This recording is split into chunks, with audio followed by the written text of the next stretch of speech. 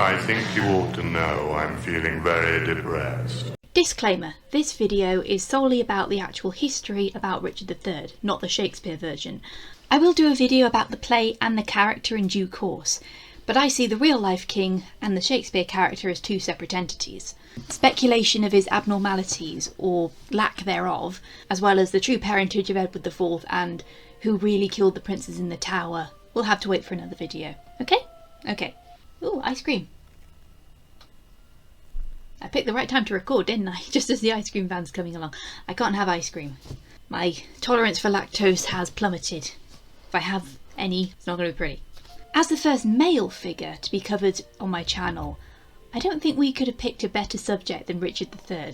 Granted, this wasn't technically my choice because Richard III was chosen on a Patreon poll. There was a selection of Henry VII, Cardinal Wolsey, Edward VI and Richard III. It's taken 538 years, but Richard has finally won one over Henry Tudor. In a sense, Richard III has always had a more interesting legacy over Henry VII. The latter was seen as a conquering hero who ended the Dark Ages in Britain and brought in the Renaissance. But after he's kind of done that, everyone's just like, thank you, next, because we want to get on to Henry VIII and his 6 wives. Thanks to the influence of Tudor propagandists like Sir Thomas More and William Shakespeare, Richard III's legacy has been clouded.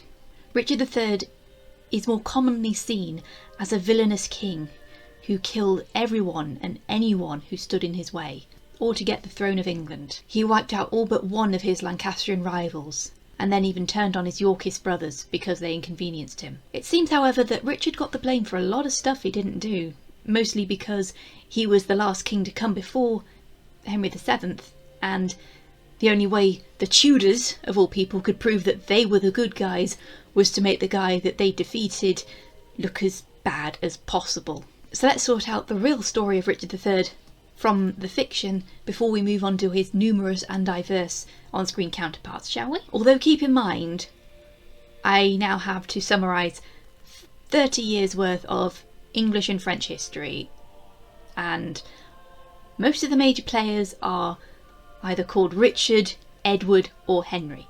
So I'm going to be mostly referring to people by their titles rather than their actual names, like York, Somerset, Winchester, etc.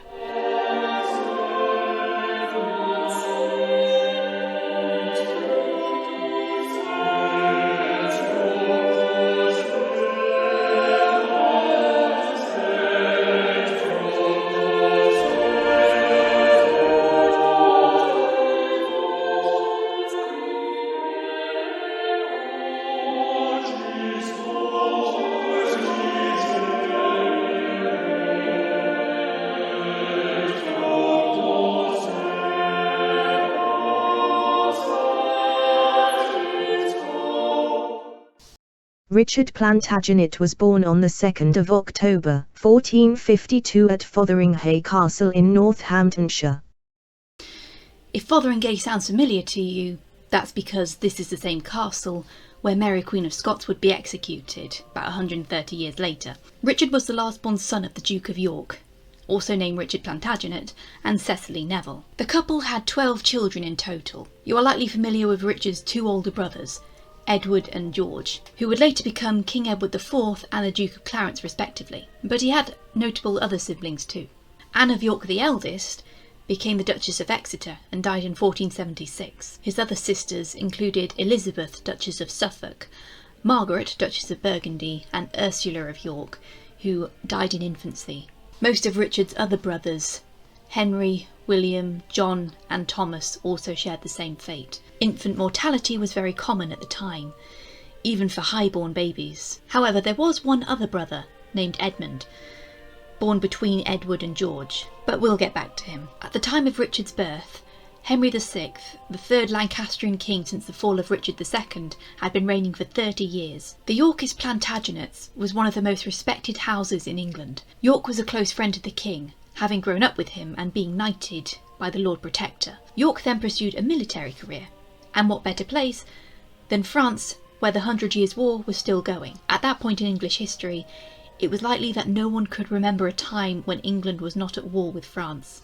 However, The great Agincourt victories of Henry V had long since passed, and the Duchy of Burgundy no longer recognised England's claim to France. York took over the Duke of Bedford's role as commander of England's forces upon the Protector's death. It is because of York's numerous absences in France that it is speculated Edward IV might not actually be his father's son. But like all other speculation surrounding the Wars of the Roses, that's got to wait. Long story short, very long story short, the 100 Years' War crawled to an end in 1453, a year after our Richard was born. His father had left the fighting in France almost 10 years beforehand and had become more diplomatic, arranging the marriage of King Henry VI to Marguerite of Anjou. He came out of these experiences with a hatred for the Beauforts of Somerset and an allyship with his brother-in-law, Richard Neville, Earl of Salisbury. As a result of bad leadership, a poorly handled war, and numerous rebellions and civil unrest,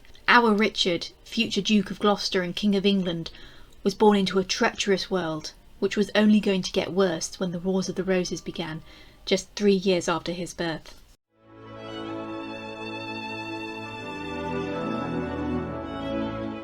Officially, the Wars of the Roses began in 1455, with the Duke of York declaring open civil war against Henry VI and his Lancastrian allies. York had attempted to be named heir apparent to the then childless Henry VI over the Duke of Somerset, but failed. To keep York away from the throne, the Beauforts married their daughter Margaret, who was 12 years old at the time, to the Earl of Richmond, Edmund Tudor. What's more, Marguerite of Anjou managed to give birth to a son, Edward of Westminster, just a year after our Richard was born.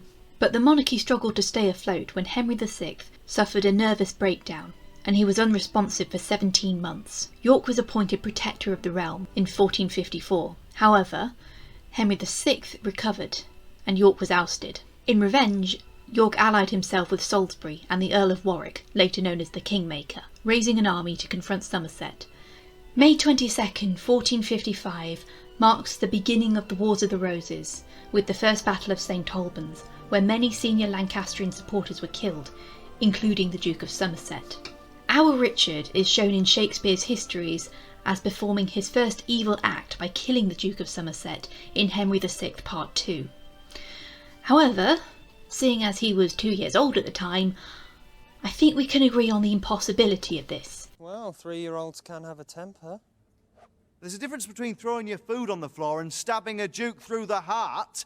In truth, Richard was likely at Middleham Castle in Yorkshire during the First Battle of St Albans. In 1459, the Yorkists suffered a defeat and fled England. York himself fled to Ireland, while Edward, Salisbury and Warwick took refuge in Calais. Oh.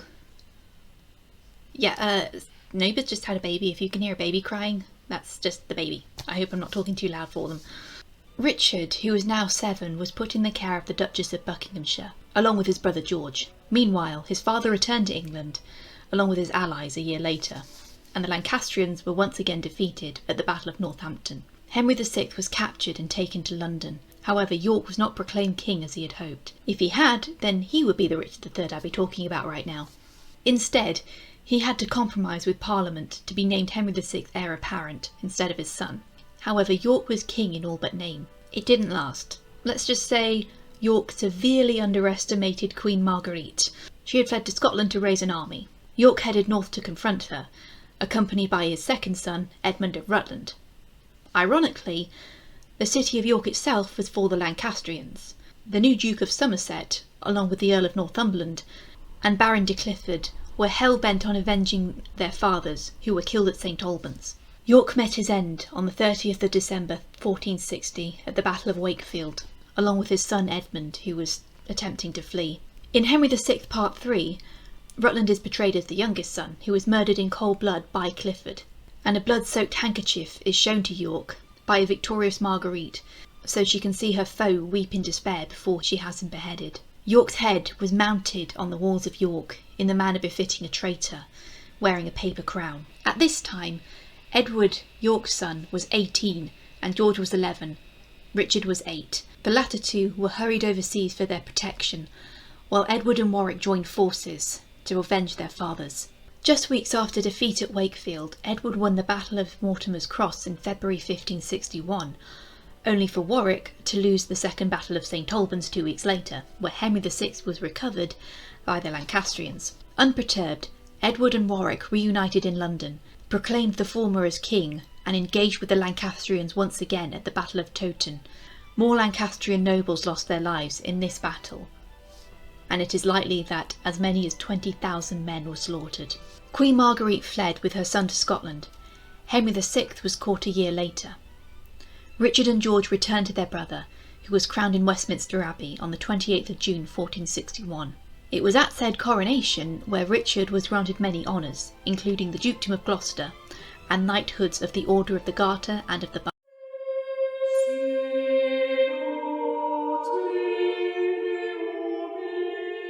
Following the victories of Edward IV, things seemed to be peaceful, and Richard was fostered to the Earl of Warwick. Warwick seems to have taken a personal interest in Richard's formal and military education.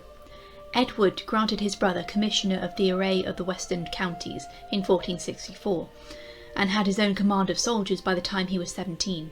This would prove useful should the Lancastrians return, where Richard would be an invaluable commander. It was during his time at Middleham when Richard became familiar with Warwick's two daughters, Isabel and Anne, the latter of whom he would marry many years later. However, the peace would only last a few years before there was conflict again, this time from within the House of York itself. In 1464, Edward IV married the common-born and, more importantly, Lancastrian widow Elizabeth Woodville. The marriage seemed a personal insult and humiliation to Warwick, who was hoping for a French alliance. An unsteady peace was upheld for a few years before Warwick decided he'd had enough and looked to George as a replacement for Edward. George, now Duke of Clarence, was wed to Warwick's eldest daughter, Isabel Neville, without royal consent. This was treasonous enough, but then Warwick and Clarence ambushed and captured King Edward, imprisoning him with the intention of deposing him and having Parliament proclaim George king instead. Warwick also tried to procure Anne for Richard, who may have been in love with Anne, but regardless, Richard refused to stand by Warwick. Shakespeare portrays him as personally rescuing Edward from captivity, albeit for his own ends, but in truth, Warwick was forced to release Edward because he did not get the support he wanted. And then, mere months later, Warwick and Clarence defied Edward again and fled to France, allying themselves with Marguerite of Anjou, who had managed to reach her homeland to rally more support. Warwick pledged himself to her cause and offered Anne as a wife to her son. Warwick and Clarence's grounding force sparked a Lancastrian resurgence, and Richard fled with his brother to Burgundy, where their sister Margaret was married to the Duke. Their exile was not long, however, as Richard and his brother returned to England, with Clarence switching side back to York and defeating what was left of the Lancastrian forces at the battles of Barnet and Tewkesbury. Richard was 18 at the time, the same age as Edward when he became a war hero. At the time, Richard might have been seen the same way. However, this is where his darkest portrayals show him at his most bloodthirsty. Not content with defeating Warwick at Barnet and joining his brothers in murdering the 17-year-old Edward of Westminster, the story goes that Richard hurried back to London to extinguish the last flame that threatened their house, Henry VI himself. It is true that Henry VI died just days after the Battle of Tewkesbury, so the Yorkists would have been confident in killing Henry, as they believed there were no more opponents to claim themselves as his heir. If things were not ironic enough, Henry VI is believed to have died in the Wakefield Tower at the Tower of London, England's bloodiest castle. Thomas More and Shakespeare claim Richard stabbed the king to death while he was praying, which was seen as dishonourable in the eyes of a highly religious society. I believe it is more likely that Henry VI was a murder of convenience and Edward secretly ordered it, but all the blame was retroactively placed on Richard in a later effort to discredit him.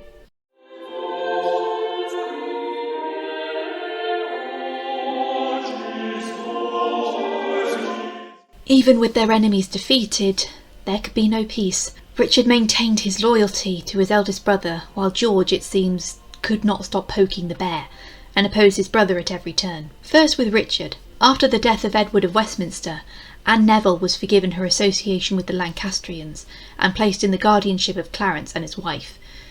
Richard was still interested in marrying Anne, but Clarence would not allow the match. The Neville sisters' mother, the Dowager Countess of Warwick, was living in sanctuary, and her death would give her daughters a grand inheritance. Clarence would automatically get his wife's half, but he wanted Anne's too. Anne seems to have been kept a prisoner in Clarence's household, or disguised as a servant. Rather than manipulate Anne into marrying him, Richard seems to have helped her escape from her situation by locating her, advising her to seek sanctuary and offering her marriage, which she freely accepted. Though Clarence vehemently tried to stop the marriage, Richard had proved the more obedient brother to Edward, and even offered to give up portions of the Warwick estates. Edward lightly preferred his youngest brother, as he hadn't repeatedly betrayed him, and allowed Richard to marry Anne in 1472. Anne would spend most of her time at Middleham Castle, her childhood home, and Richard was appointed governor of the north. They were joined at Middleham by Anne's mother. Whether their marriage was happy or not, they only had one son, whom they named Edward of Middleham. However, what you may not know is that before Richard married Anne, he already had 2 illegitimate children whom he had claimed, though their mothers are not known. John of Gloucester was knighted by his father in 1483 in York Minster, and became captain of Calais. Upon the accession of Henry VII, however, he was removed from his position. After that, not much is known, though it is speculated he was executed in 1499. His daughter Catherine was married to the Earl of Huntingdon in 1484, but medieval marriages being what they were, meant she could have been any age at the time. She appears to have died not long after 1485, and this could have been anything from childbirth to plague. Richard appears to have been faithful to Anne throughout his marriage, and never taken a mistress, unlike Edward, who took numerous mistresses, most prominent of which being Elizabeth Lambert, aka Jane Shore. Clarence's animosity made him turn on Edward once again. When Isabel died of what was likely childbed fever in 1477, his mental state deteriorated. Later, an astronomer, John Stacey, who was one of Clarence's retainers, was arrested and tortured in the Tower of London. He confessed to predicting the death of the king. Though Stacey was hanged in public, Clarence just didn't know when to quit, and he made a former Lancastrian, John Goodard, proclaim Stacey's innocence before Parliament. Edward summoned Clarence to Windsor Castle, where he was arrested and taken to the Tower of London. This is a far cry from how things were presented in Shakespeare's play, as Richard appears to have nothing to do with his brother's downfall. Clarence was privately executed in the Tower of London on the 18th of February 1478, after Parliament passed a Bill of Attainder. Clarence was not present at his trial, and Edward was the prosecutor. It is believed that this happened in the Bowyer Tower, which is situated behind the Jewel House. How he was executed was never specified, but rumours have persisted that he drowned in a buttered Malmsey wine. He was 28 years old.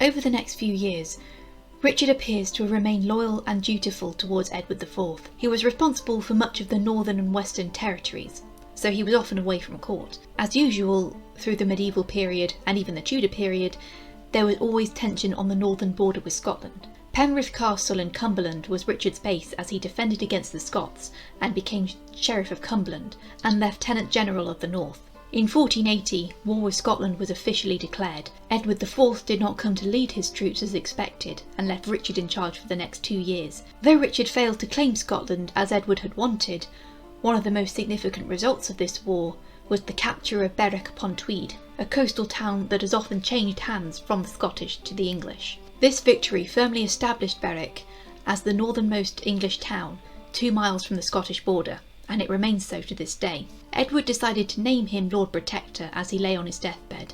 Edward IV's death came on quite quickly, around Easter of 1483.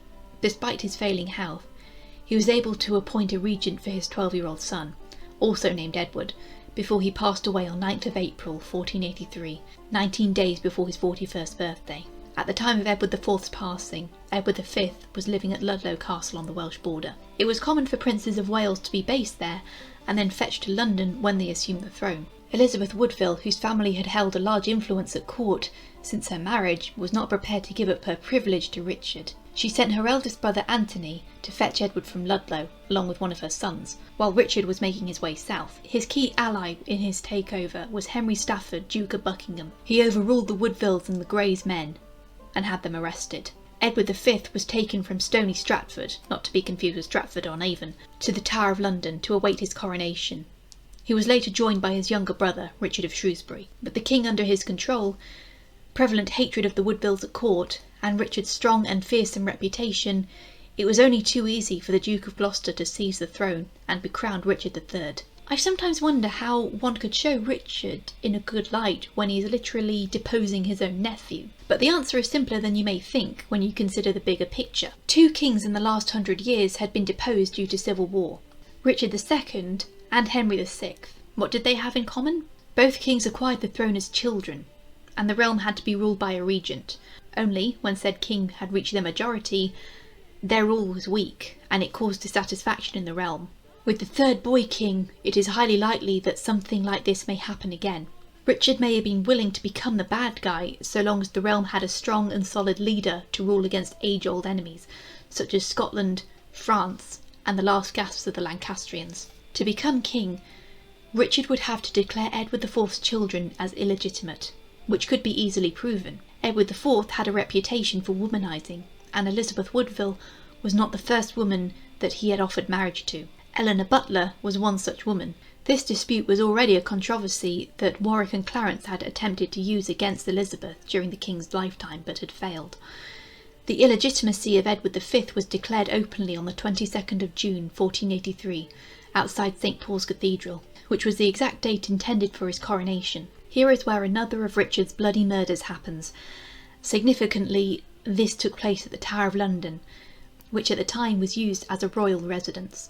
Lord William Hastings, staunch Yorkist and avowed hater of the Woodvilles, first gave his undying support to Richard as he seized power as Lord Protector.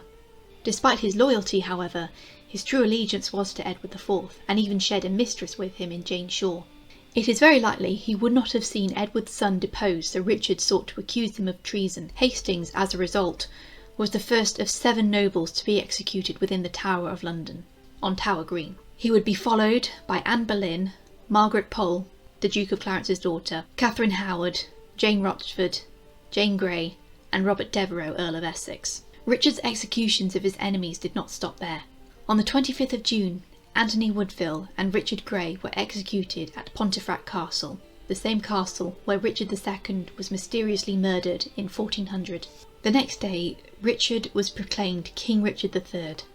Anne Neville joined him in London, where they were crowned at Westminster Abbey on the 6th of July 1483.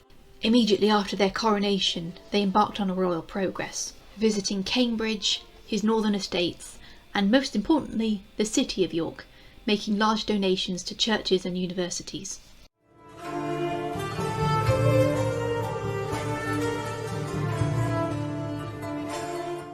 Richard III's triumph was very short-lived. It was not just Hastings who was against ousting Edward V. It did not help that in the very same summer, the princes in the Tower disappeared. Whether Richard ordered their deaths or not, he was nonetheless responsible for the boys, and was blamed for their disappearance. On the other side of the English Channel was the only remaining Lancastrian who could claim the throne of England, Henry Tudor, Earl of Richmond, son of Margaret Beaufort and Edmund Tudor. He had gone into exile after the failed resurgence of Henry VI, and had lived under the protection of the Duke of Brittany, and later took refuge in France. The remaining Woodvilles and Beauforts plotted in the wake of Richard's accession to have Richmond invade England and claim the throne. Once victorious, Richmond would then marry Elizabeth of York, the eldest daughter of Edward IV and Elizabeth Woodville. The Duke of Buckingham, who had supported Richard's claim to the throne, attempted to lead an uprising against Richard, which supported Richmond's claim. Though this was all meant to take place in secret and take Richard's supporters by surprise, Buckingham's allies in Kent launched the rebellion 10 days early. Richard managed to separate Buckingham from his allies with the help of the Duke of Norfolk, John Howard. Henry Tudor was unable to touch down in England and fled back over the Channel. Had Kent not given away the conspiracy, they might have succeeded in ousting Richard sooner. Buckingham attempted to flee, but was captured, as he had a large bounty on his head. On the 2nd of November 1483, he was executed publicly in Salisbury. Richard's troubles did not stop there, however. 5 months later, Edward of Middleham died suddenly on the 9th of April 1484, a year to the day that Edward IV had died. His cause of death was unclear.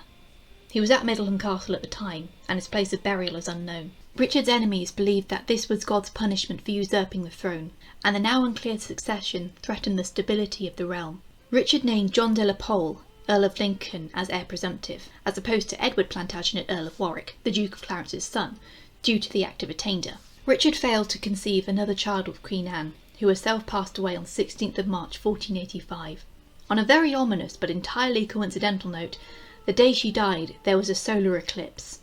Once again, this was interpreted by Richard's enemies as a sign that his rule was coming to a close. Despite Richard's public outpouring of grief at their burial in Westminster Abbey, he was accused of deliberately poisoning her so he could marry Elizabeth of York.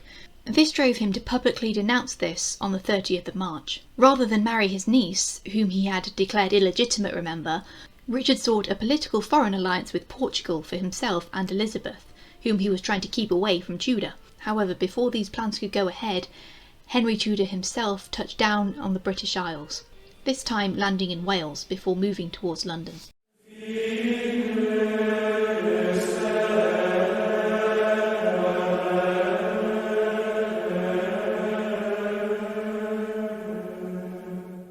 Bosworth Field is probably the most well-known battle fought on English soil, aside from the Battle of Hastings, which started this whole mess. The Earl of Richmond had landed with a small army and gained support as he travelled across England. Richard gathered his forces, hoping to snuff out his enemy in a quick and easy battle.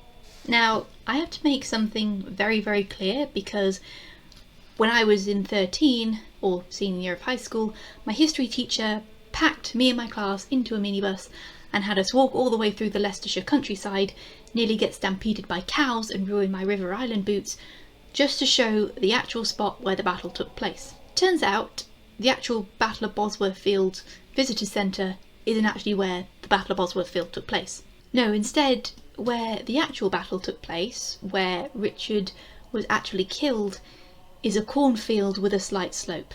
Afterwards we actually did go to the Visitors Centre, where I tried to put on a chainmail shirt but just ended up with an allergic reaction to the nickel. Anyway, Richard progressed north, stopping over in Nottingham and Leicester before making camp on the 21st of August 1485 in what is now called King Richard's Field. Richmond was based roughly 2 kilometres southwest in Whitemoors. Today, that is now an antique store. Now, I'm not going to be featuring footage from the White Queen for the Battle of Bosworth Field here for the sole reason the battle took place on the 22nd of August. If you know, you know. Richard's two key generals was the Duke of Norfolk and the Earl of Northumberland, who had loyally fought alongside him, even before he became king. Richmond's key supporter was the Earl of Oxford, one of the few remaining Lancastrian nobles that hadn't been slaughtered. The key decider for this battle was Lord Stanley. Though he was a prominent favourite of the Yorkist kings and had been personally venerated and rewarded by Richard, he was married to Henry Tudor's mother, Margaret Beaufort. He had a good reason to support either side. Richard decided to hold one of Stanley's sons, Lord Strange, hostage to make sure Stanley did not support Tudor. If Stanley defied him and the Yorkists won, Lord Strange would immediately be executed. Stanley wasn't too fussed because he had other sons. He decided to play the long game, keeping his army and that of his brothers waiting southeast of the main bulk of the battle, just outside Dadlington and Stoke Golding on Crown Hill. This gave him a good view of the battle. He decided to wait to see who was winning before he jumped on the figurative bandwagon. Richard's first mistake was giving up the high ground by charging down Ambion Hill to clash with Tudor's men. Tudor allowed the more experienced Oxford to take command. Richard and Norfolk personally engaged in hand-to-hand combat, while Northumberland remained behind and showed no signs of advancing to help. Behind the veil of the fighting, Richmond attempted to ride towards Stanley's retinue with his standard-bearer, William Brandon, father of Charles Brandon, Henry VIII's best friend, along with a gang of French mercenaries for bodyguards and the former standard-bearer for Edward IV, John Cheney. Richard saw this manoeuvre and decided to attack his enemy head-on, putting an end to the battle by killing his main rival. When the two parties met, Richard killed Brandon. In doing this, Richard had broken away from the main force of his army, which Stanley had witnessed in full. This was when he declared his allegiance to Lancaster and rode into battle. Richard, now surrounded, was pushed further and further away from Richmond, until he was finally unhorsed on the edge of a marsh at the bottom of Crown Hill. This is where the infamous "My Kingdom for a Horse" line comes from. However, the purpose of this line was to make Richard cowardly, a man who would do anything to stay alive, even exchange his crown for a few more days of life. Reports of the battle, however, depict Richard as defying the offer for a horse. "God forbid that I retreat one step.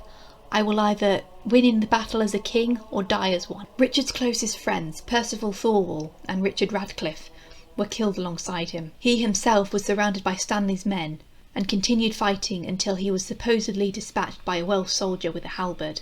Once he was dead, word spread and the battle was over. Richard's crown, which had been sat on his helmet that had been lost in the skirmish, was recovered and placed on Henry Tudor's head, making him King Henry VII. He declared that his reign began the day before the battle, making everyone who would side with Richard traitors. Many Yorkist nobles fled and took part in later Tudor rebellions, or were captured by the triumphant Lancastrians.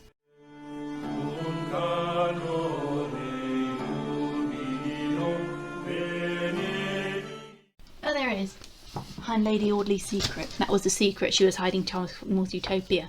While English and later British kings would ride into battle with their armies long after Richard III was killed at Bosworth, Richard was the last English monarch to actually die on the field of battle. His body was stripped of armour and clothing, tied to a horse and taken to Leicester to be displayed. It was later buried in Greyfriars Church. Henry VII paid for a monument to Richard in 1495 after defeating 2 Yorkist rebellions. With the Tudors now in power, and with Henry VII claiming the crown through right of conquest, Richard III suffered the posthumous fate of being such an unforgivable murderous villain that the Tudors were made to look much nicer by comparison. Seriously, if you've seen my previous videos, you know the Tudors kind of sucked, especially this guy. Sir Thomas More, most famous for his essay/philosophical thesis Utopia, emphasised the rewriting of history by framing Richard for the murders of the princes in the Tower, exaggerating his physical features and portraying him as a manipulative Grima Wormtongue-like character who poisoned people against each other. This was picked up decades later by celebrated playwright William Shakespeare. Shakespeare's portrayal is so popular that it has clouded Richard's reputation throughout the centuries, and he has continued to appear as a murderous villain in literature and film, even at one point being played by Vincent Price. It is the most famous history play written by Shakespeare, and the role has been played by numerous and well-reputed actors, including Sir Laurence Olivier, Ian McKellen, Al Pacino, Ian Holm, Ron Cook and Benedict Cumberbatch. So sullied, for a lack of a better term, is the reputation of Richard III that in 1924 the Richard III Society was founded. At first it was called the Fellowship of the White Boar, as said boar was Richard's personal sigil. It changed its name in 1959. Many members accept the play as a work of fiction on its own without any historical merit. Attempts have since been made to portray Richard with more sympathy. Richard's earthly remains were lost after 1538, thanks to our good friend Henry VIII when he dissolved the monasteries, including Greyfriars Priory, which was completely demolished, and the York King's final resting place was lost for 476 years. In 2012, an effort was mounted to rediscover his remains. On the 12th of September, they found him.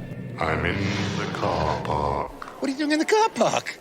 Parking cars. What else does one do in a car park? Well, yeah.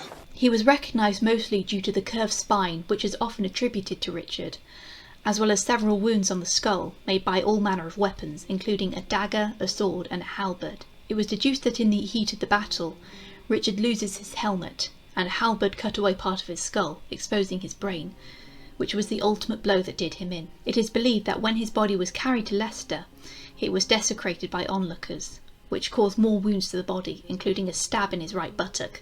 What you doing, baby? Look who's here. Huh? Come here, boy. Come here. His identity was confirmed by descendants of Richard's siblings, having no traceable lineage of his own. I recall hearing some debate as to where he should be buried, after confirming that it was him. Ultimately, Richard was buried in Leicester Cathedral in a public funeral service on the 22nd of March 2015. His coffin was carried by horse and cart before being carried into the cathedral. The service was held by the Bishop of Leicester, Tim Stevens, and Justin Welby, Archbishop of Canterbury. The service was a mix of Anglican and Catholic practices, as Richard III was a practicing Catholic. Benedict Cumberbatch, who was a very, very distant descendant of Richard, read a poem by Carol Ann Duffy, written for the occasion. My bones, scripted in light upon cold soil, a human braille. My skull, scarred by a crown, emptied of history. Describe my soul as incense, votive, vanishing. Your own the same. Grant me the carving of my name. These relics bless. Imagine you retie a broken string and on it thread a cross the symbol severed from me when I died, the end of time, the unknown, unfelt loss, unless the resurrection of the dead. Or I once dreamed of this, your future breath in prayer for me, lost long, forever found, or sensed you from the backstage of my death, as kings glimpse shadows on a battleground. As of writing this script, Leicester Cathedral is still undergoing conservation work, so members of the public can't go in and visit Richard's last resting place. In the autumn, the cathedral will be open to visitors again. However, Alan, don't sneeze on the programme. However, nearby is the Richard III Visitors Centre, which features the original gravesite where he was discovered. It has been a popular East Midlands tourist spot since it opened in 2014. Last September, I ended up wandering up to the cathedral because I'd finished one shift at work and then I had to wait until the next one started. It's a theatre thing. So I went for a troll round Leicester city centre, which is very well pedestrianised, so it's very easy to get from place to place on foot. I distinctly remember being chased there from a branch of Forbidden Planet by a street sweeper because I just kept walking and it just kept coming after me, and so I just ducked into a street where it couldn't follow. And then I found out I was outside the cathedral. Unfortunately, I couldn't go in because of the conservation work. Since then, I've been excited to talk about him on my channel. Richard III has been a fascinating subject, and I think I've been simping for him since I was 11 or 12. My first memory of him was a year 7/6th grade history class, and I'll stop doing that, where we were learning about the different perspectives of history. In the textbook provided, we read a comic strip portraying Richard as a villain, and then our homework was to make our own comic strip portraying Richard as a good guy. The second I mentioned The Princess and the Tower to my mother... Ooh, ew, he drooled on me! Hello! The second I mentioned The Princess and the Tower to my mother, she, a former member of the Richard III Society, told me at length how Richard was a perfect boy who did absolutely nothing wrong. And then she gave me her white ball keychain, which I then lost. I'm so fascinated about Richard III that I wrote this script in 3 days. Every time I would get to the end of a segment, I would be so burned out from writing passionately. I'm very excited to rank this guy, and I think it's going to be a very interesting journey. However, I must address the Shakespeare play before I go into the rankings, because this one play has dominated his legacy. And I would like to do a series of videos doing hot takes on some of the most famous works of literature. And what better piece to start with than Richard III? And that was the history of Richard III. And yeah, I'm not joking, I was really excited to do this one because it was just like, he's such a mysterious figure, but at the same time it's just like, was he really that bad, or was he just given a really bad reputation by the people who beat him to death? I'm also not lying about that school field trip, by the way, because I had, like, I've already mentioned this history teacher once, like in a really long ago video, but he was like really passionate about his job. He was so crazy about it and he loved talking about battles. So it's a shame we were talking about World War II for most of it, because he really found his style with when we were learning about Tudor rebellions in year 13. So like he literally sort of demonstrated like how Richard's final charge went really bad. So I mean, he didn't use action figures, I'm just using action figures because why not? So Richard here going like, yo, Richmond, fight me bruv. Alan is a Richard III Society member. You see, he head rubs him, and then Richmond just sees him and he's surrounded by his mates and he's just like, get him lad. And the Lancastrians just come in and they just go wah. Meanwhile, Stafford stands on the hill just going like, what the fuck is going on? Let's support Lancaster. They seem to know what they're doing. And that, kids, was the Battle of Bosworth Field. I mean, I felt obliged to sort of mention that history teacher's passion for this subject, because he was really passionate about his subject, and the fact that he was just like, you know what, I'm going to show you guys where we're supposed to go. And it was like, and then 2 weeks later we're walking around the Leicestershire countryside, and then we got lost on the way home. We also saw the place where the Battle of Stoke Field took place, like later on in Henry's reign, so pretty cool. Anyway, that's the video. I hope you're looking forward to like the next several videos that are going to be about Richard III. He's going to get the full video treatment because this Richard the bloody Third. As is Mary Queen of Scots, but Mary Queen of Scots is going to have to wait because I haven't finished Reign yet. I'm just about reached the halfway point in season 3.